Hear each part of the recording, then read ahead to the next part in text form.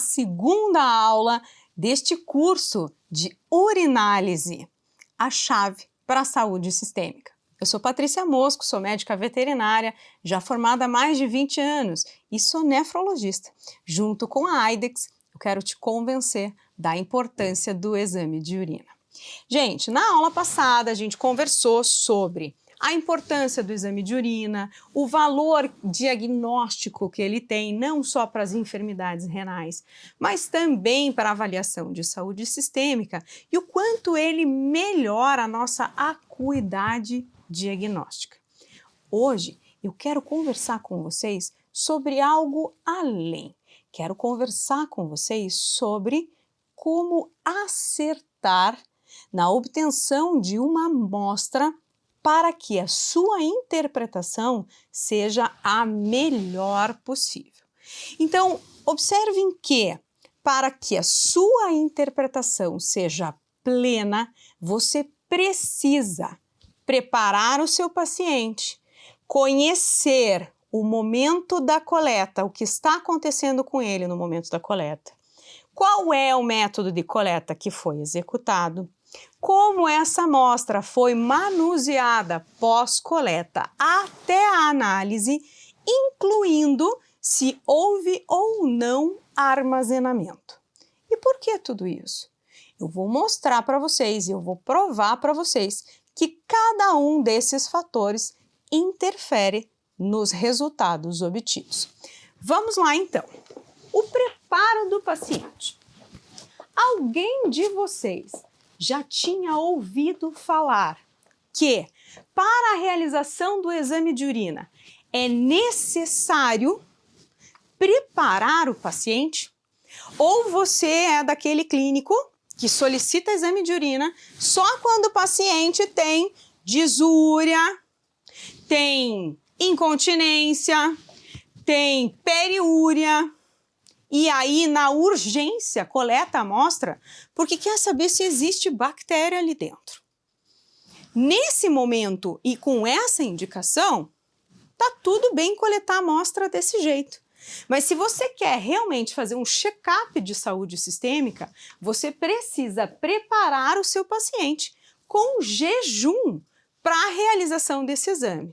E o jejum, ele deve ser alimentar e, por vezes, jejum hídrico. Por que disso? Porque o jejum alimentar vai permitir com que você interprete o pH da forma correta. Nós trabalhamos com espécies carnívoras e as espécies carnívoras fisiologicamente têm pH ácido.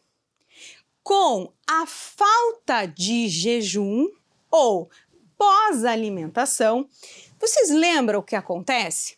A gente tem a onda alcalina, ou que chamamos de alcalose pós-prandial, por causa do banho de bicarbonato do suco pancreático ao bolo alimentar assim que ele sai lá do estômago. E todo esse bicarbonato, ele vai voltar para a corrente circulatória e inundar o sangue e ser filtrado no rim. Por isso, é esperado que pós-prandial o pH da urina fique alcalino. E pH alcalino pós-prandial é normal. Mas se não for pós-prandial, significa problema. E eu vou contar sobre isso daqui a pouquinho para vocês. Então, se vocês querem interpretar da maneira correta, vocês precisam ter certeza como estava esse paciente no momento da coleta. E por isso indicar o jejum alimentar é importante. Quanto tempo de jejum alimentar? É só você pensar no tempo de trânsito alimentar. O tempo de trânsito do alimento dentro do trato gastrointestinal de cães e gatos é muito mais rápido do que dentro do nosso trato gastrointestinal. Então, por isso, os tempos de jejum não precisam ser absurdamente longos. A gente pode ter, com segurança, um tempo de jejum alimentar no cão de 6 horas e no gato de 4 horas. Às vezes, 3 horas já é suficiente. E o jejum hídrico? Quando eu uso o jejum hídrico? Quando eu quiser avaliar a capacidade do rim em concentrar a urina, ou melhor dizendo, a função de reabsorver a água e preservar a água dentro do corpo. Rins enfermos não têm essa capacidade. Mesmo que nós tenhamos alta circulação de hormônios, ADH, aldosterona, que comandem a reabsorção hídrica, se eu não tiver tecido renal, se eu não tiver néfron viável, eu não terei capacidade de executar a função. Então, quando fazemos o jejum hídrico, eu estou avaliando a capacidade do rim em responder à privação hídrica. Eu costumo dizer nas minhas aulas que eu estou avaliando a capacidade do rim em responder a um desafio. Então, se estou desafiando o corpo do meu paciente, privando ele de água, esse rim saudável precisa concentrar a urina e a densidade urinária vai subir. Quanto tempo de jejum hídrico, Patrícia? Via de regra, para os pacientes caninos, a gente solicita aproximadamente 6 horas. Para os pacientes felinos, um tempo menor, não há necessidade de fazer tão longo, de 2 a 4 horas é mais do que suficiente. O tipo de dieta, dietas muito proteicas ou com grandes teores de carboidrato, podem modificar alguns parâmetros, especialmente pH e até mesmo a positividade de proteína na tira reagente. O exercício físico pode influenciar a positividade de tira reagente. E a higiene da região genital tem total relação com o método de coleta que você irá selecionar para esse paciente nesse momento, na dependência do que você quer avaliar. Então, a higiene da região genital pode ser simplesmente água e sabão. Não há necessidade de ser antisséptico. Já é suficiente para remover da vulva e prepúcio grandes quantidades de leucócito e de bactérias que estão ascendentes, porque afinal de contas, eles sentam com vulva no chão, sentam com pênis no chão, e é absolutamente natural que os micro-organismos tentem fazer ascendência. E se houver a higiene, a gente vai diminuir essa carga regional e aumentar a qualidade da análise da amostra. Então vejam, se eu conseguir preparar o meu paciente de forma adequada, eu já sei que eu melhoro a avaliação de vários parâmetros. E qual é o melhor momento de coleta? O melhor momento, via de regra, é a primeira urina da manhã. Por que a primeira urina da manhã? Porque geralmente é o momento que a gente tem maior volume de repressão na bexiga. Quando a gente tem esse período, né, a coleta da urina desse período, o paciente já ficou em jejum durante a noite, então se espera que o pH ácido esteja ali presente de fato na amostra, e esse pH ácido vai preservar estruturas celulares e cilindros. Por isso, eu tenho a possibilidade de aumentar a chance de diagnosticar a presença destas estruturas. Agora, se eu não tenho a possibilidade de coletar a primeira urina da manhã e for coletar uma amostra aleatória, vocês precisam lembrar que essa coleta de amostra aleatória, ela serve especialmente para a identificação e cultura de micro-organismos fastidiosos. O que é isso? É aquele micro-organismo que, se ficar aguardando a análise, ele morre, porque ele tem condições especiais para se manter vivo. Então, se há sinal clássico, claro, de infecção de trato urinário, com dificuldade de se identificar o micro-organismo, muitas vezes é preciso coletar uma amostra aleatória para aumentar a chance de cultura, mas não é a maioria dos casos. E se houver possibilidade de aguardar repressão vesical de 2 a 4 horas, isso aumenta a chance de positivar a presença de micro-organismos em pacientes com infecção verdadeira. Por quê? Porque essa urina que vai ficar retida dentro da bexiga por este tempo propiciará ou facilitará a multiplicação destes micro-organismos e por isso ficará mais fácil de identificá-los. Com relação aos métodos de coleta, eu sei, é um dos grandes dilemas e um dos grandes problemas. Porque existem especialmente dois grandes mitos, dois grandes conceitos que são amplamente propagados na nossa cultura médica. O primeiro deles, o tutor não quer coletar. Quando você fala em cistocentese, o tutor diz, meu Deus, vai enfiar uma agulha na barriga do meu cachorro. Aí, vamos falar aqui juntos, né? Enfiar uma agulha no pescoço, então não dá nada.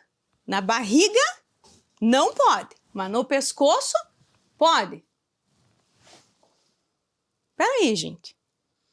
Enfiar uma agulha para coleta de urina na cistocentese é muito menos traumático do que passar uma sonda na uretra.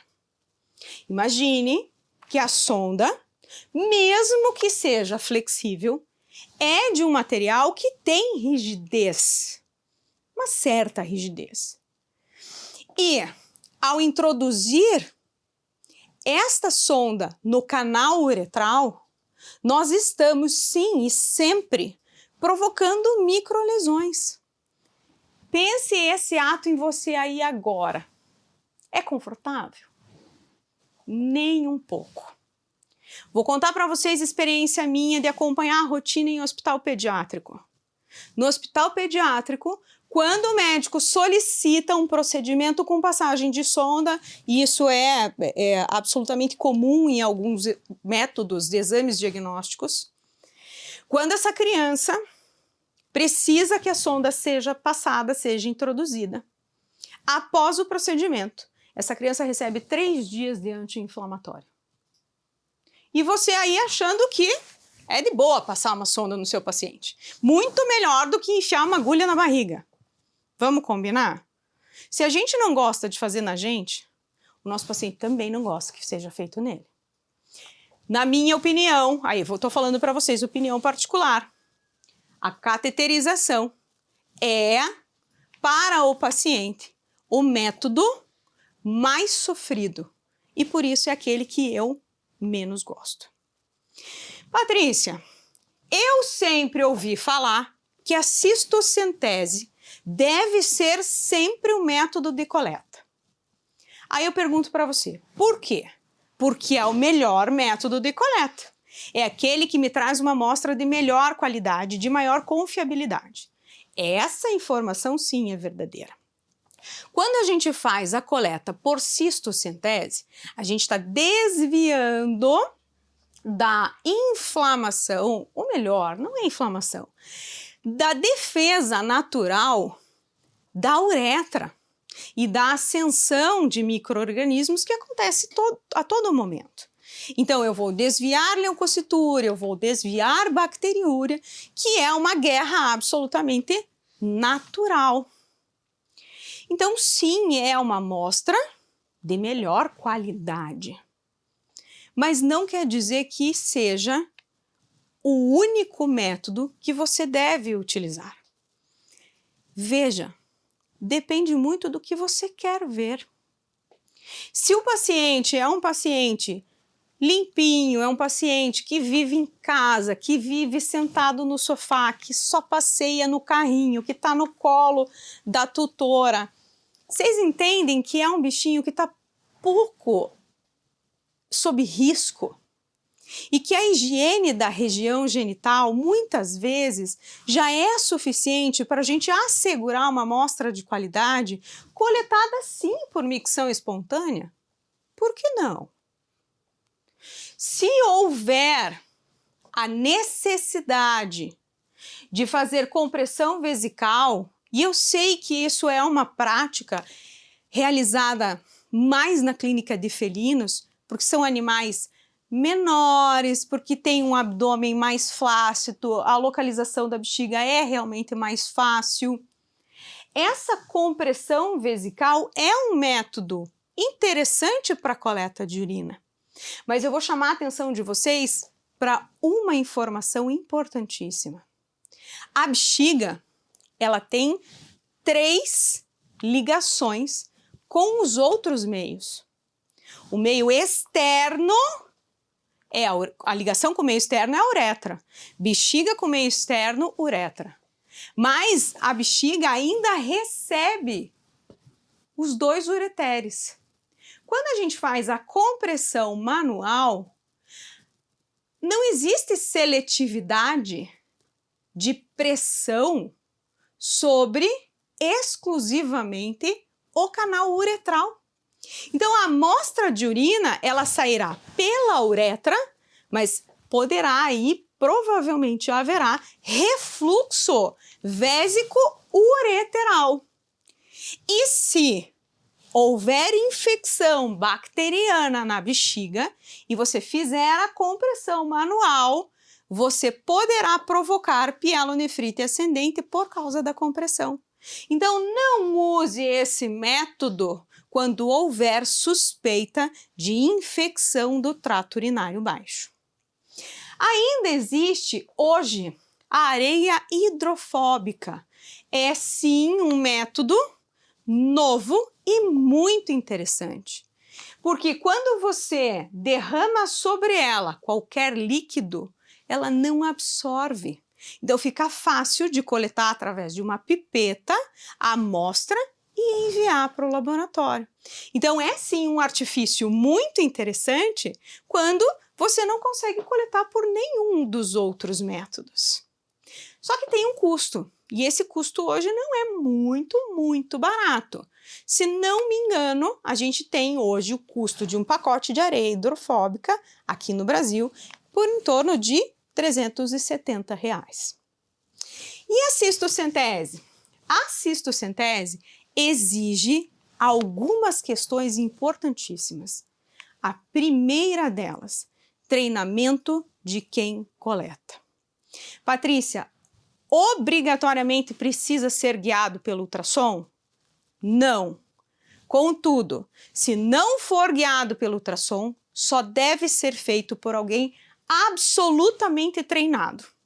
Não faça às cegas sem treinamento.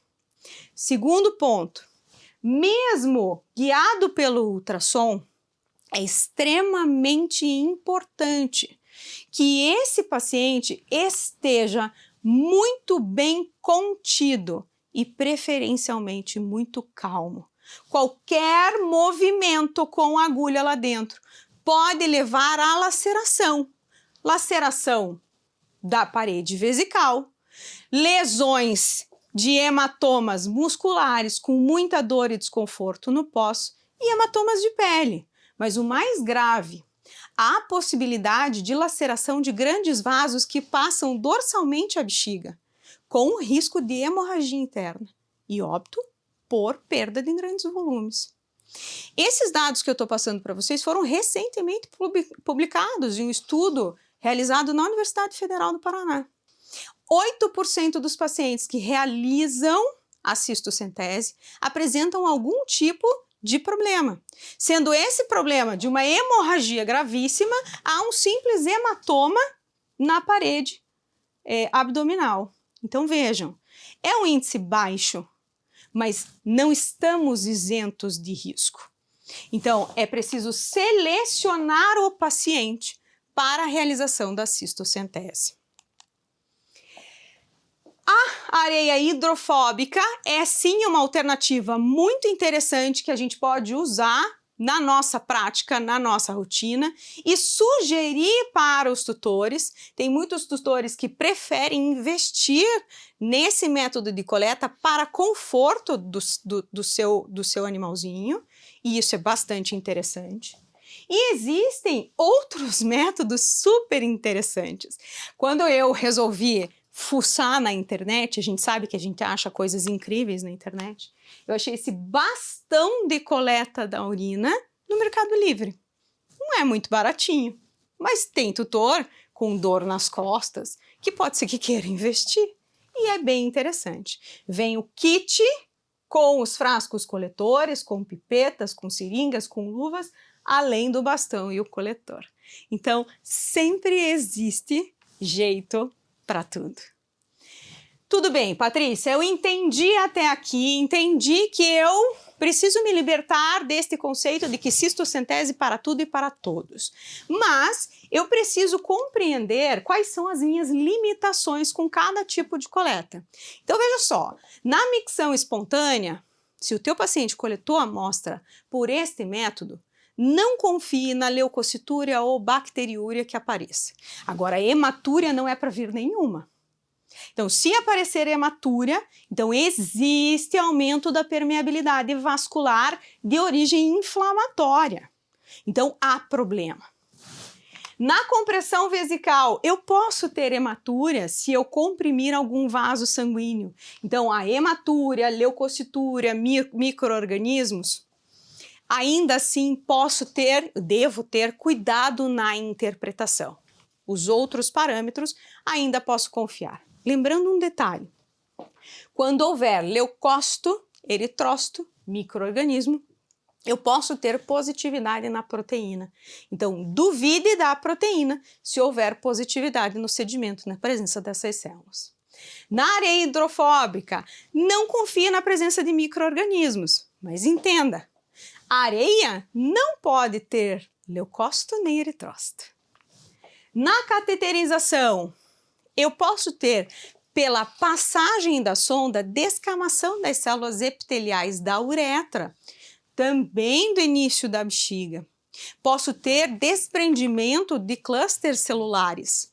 Então, você não vai poder interpretar de forma natural as células transicionais, vai ter que ter cuidado na interpretação de leucócitos, eritrócitos e até de micro-organismos se você não higienizou a região genital e especialmente, o que é absolutamente contraindicado, não usou sonda estéril para coleta. Gente, aqui é ponto sensível. Se você ainda faz cateterização uretral de forma não estéril, você pare imediatamente com essa prática, porque provavelmente você é culpado por várias infecções multiresistentes nos seus pacientes.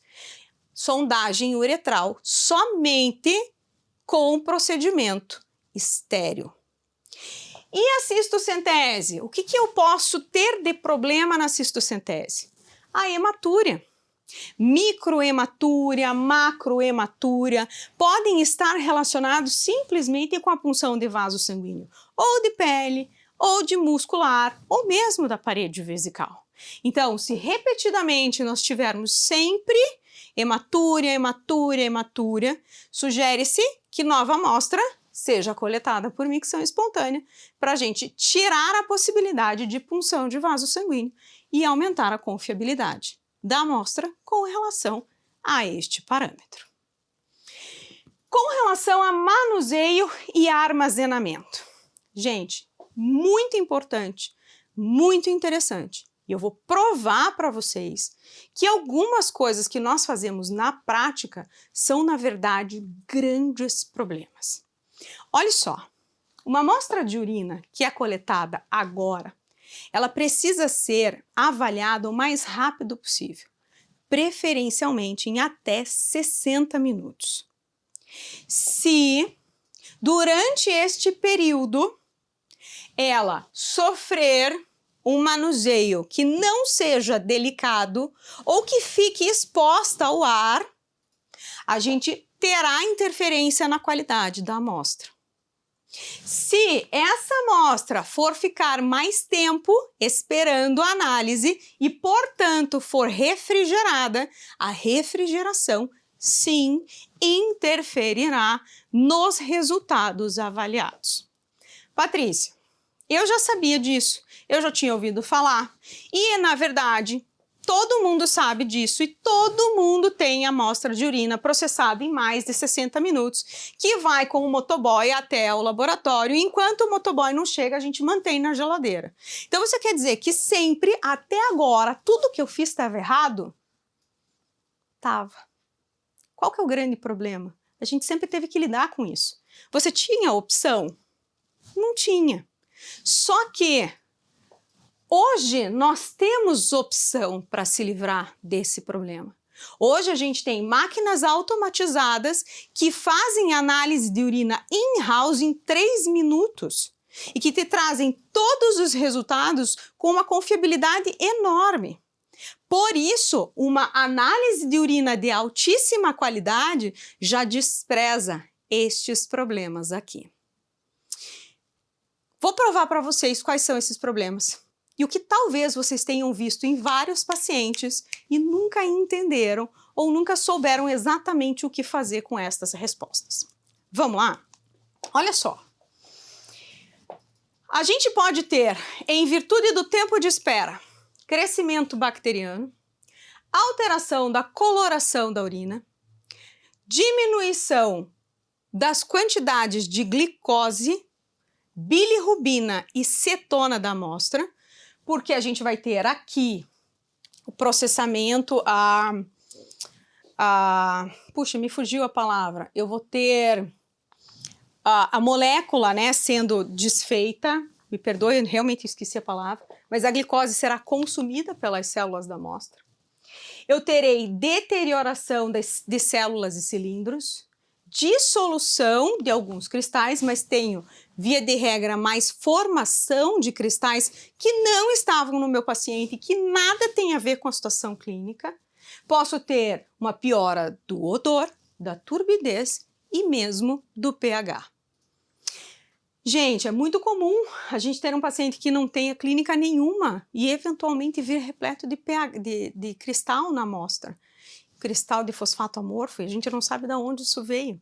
E muitas vezes isso é só do armazenamento ou do transporte da amostra.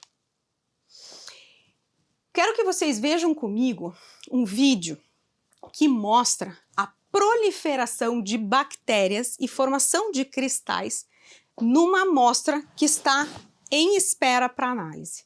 Aqui são 12 horas e o crescimento bacteriano durante a espera. Essa amostra aqui certamente é uma amostra que seria laudada com 4 cruzes de bactéria. E nesta aqui, o surgimento de cristais em apenas 12 horas. Sabe qual que é o grande problema quando a gente tem positividade nos cristais? É que os cristais, eles não são dissolvíveis. E você jamais saberá se esses cristais estavam dentro do seu paciente ou se eles se formaram enquanto a amostra estava na espera de análise. Vejam uma outra imagem que mostra para vocês a formação desses cristais. Uma amostra de urina colhida em 15 minutos e analisada em 15 minutos. Uma amostra de urina analisada em 57 minutos, a quantidade de cristais, e analisada em 22 horas. Olha a quantidade de cristais formados. E esse era um paciente que não tinha cristalúria. Então, este paciente é um paciente que você certamente ficaria muito confuso na condução clínica dele. Talvez você até esteja com um paciente assim nas suas mãos agora. E o transporte? O transporte pode destruir estruturas simples e delicadas, como os cilindros. Cilindros hialinos são vultos, fantasminhas de proteína. São super delicados. Se eu tiver, por exemplo, um shake muito importante do motoboy, eu posso ter a destruição dessa estrutura e isto aqui, esta imagem, seria laudada simplesmente como um debris. Só que se for um cilindro hialino, talvez isso não tenha uma importância clínica importante. Mas se for um cilindro de célula epitelial ou um cilindro sério, isso tem um significado clínico absurdamente importante. Pode determinar para você, em um caso, a injúria renal aguda acontecendo neste momento e também pode te mostrar prognóstico e gravidade de lesão com potencial de oliguria e anúria iminente. Então, se essa estrutura ela for dissolvida, você perde um dos maiores achados preciosos na condução, no diagnóstico de uma injúria renal aguda. E isso é preciosíssimo. A interpretação destes resultados, então, vai depender de todos esses outros fatores controlados. Agora que você sabe como coletar, como preparar seu paciente, sabe que existe nas suas mãos a possibilidade de executar um exame rápido, fácil, in-house, em 3 minutos, então você tem uma potência diagnóstica nas suas mãos. Agora sim está na hora da gente pegar essa amostra e tirar o máximo de informações dela. Essa amostra a gente vai começar sempre avaliando o exame físico. E de todos os parâmetros, sem dúvida alguma, a densidade no exame físico é a mais importante. Só atenção, a densidade urinária ela deve ser avaliada em refratômetro veterinário, porque a densidade da urina muda entre as espécies. Então, a densidade do cão é diferente do humano, do gato é diferente do cão. E no refratômetro veterinário, a gente tem as duas escalas, tanto a do cão quanto a do gato.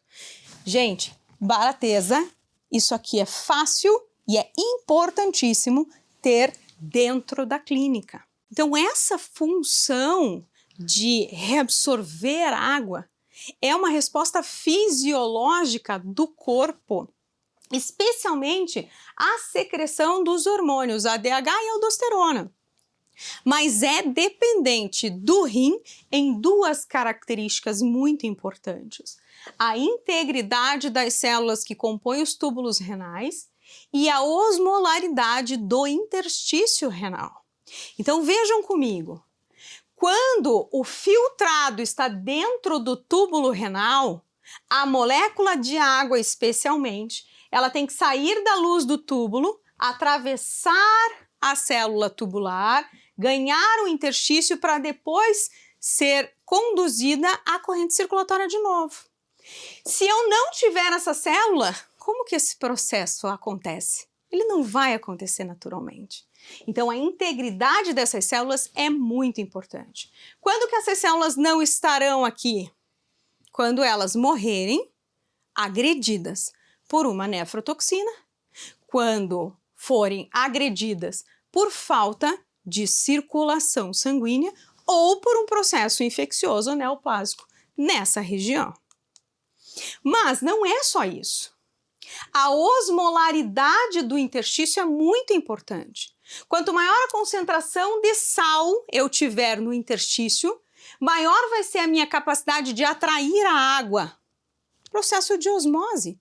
A transferência de moléculas de água sem o gasto de uma única molécula de ATP. Não vou gastar energia. Então, essa reabsorção depende da concentração de sal no interstício renal. E essa concentração varia entre as espécies. Então, nós seres humanos temos uma concentração muito pequena quando comparada com o cão e com o gato. E é por isso que a nossa densidade urinária é 0,20, a nossa urina é muito mais clara do que a deles. A do cão, a osmolaridade chega a 2.400 miliosmóis por litro. E por isso a densidade natural deles chega a 1,040, com uma urina mais concentrada de cor amarelo mais escuro. E o gato? O gato chega a 3.600 miliosmóis. Então, ele tem uma capacidade de levar a concentração de urina a 1,060, às vezes mais. Existe relato de 1,075 de capacidade de concentração de urina no gato. E por isso a urina do gato é ainda mais escura e mais concentrada do que a do cão. Essas diferenças entre espécies são importantes a gente entender até para saber em que momento de doença eu espero alteração destes parâmetros. Se eu tiver doença renal no cão, a minha capacidade de concentração urinária, ela é perdida antes do aumento da ureia e creatinina. No gato, a capacidade de concentração urinária é perdida depois do aumento de ureia e creatinina. Contudo, nas duas espécies, o SDMA aumentará antes da diminuição da densidade urinária. O que é muito comum, e eu vejo isso na minha rotina todos os dias, são o uso inapropriado de terminologias. Hipostenúria, isostenúria, hiperestenúria.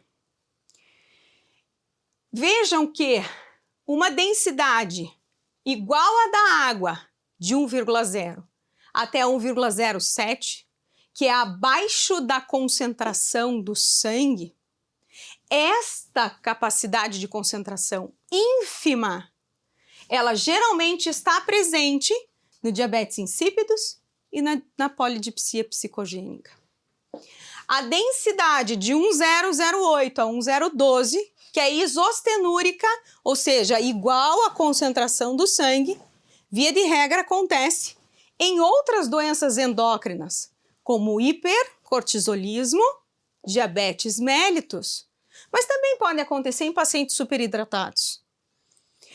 Na capacidade de concentração de 1,013 a 1,030 no cão, 1,035 no gato, não existe uma nomenclatura específica. E essa capacidade de concentração aqui pode ser normal na dependência da ingestão de água. Observem que a ingestão de água, eu falei para vocês que é importante privar o paciente para fazer o exame deste teste de função. Se o seu paciente está em jejum hídrico e ele não concentrou, então você sabe que ele tem uma dessas doenças. Agora, se você deixou ele tomando água, não necessariamente é doença. Pode ter sido simplesmente porque ele tomou água antes do exame. E se a urina está super concentrada, 1,030 no cão até 1,060, geralmente pode chegar, ou no gato 1,035 a 1,075, então a gente tem uma concentração absurda e isso é sinal geralmente de duas condições, desidratação e hipotensão. Atenção! Esta função, densidade urinária, capacidade de reter água no corpo, não poderá ser interpretada em algumas condições. Se o seu paciente não tiver jejum, se ele estiver fazendo uso de diuréticos, inibidores de ECA, corticoide, ou se ele estiver em fluidoterapia. E se seu paciente chegou desidratado, ou se ele já chegou em jejum, você não precisa aumentar o tempo de privação hídrica. Já pode realizar o exame nesse mesmo momento. Aqui nós finalizamos a interpretação da etapa 1 do exame de urina. Me aguarde para a aula número 3, em que a gente vai começar a conversar sobre a etapa 2 do exame de urina, o exame químico. Até a próxima aula.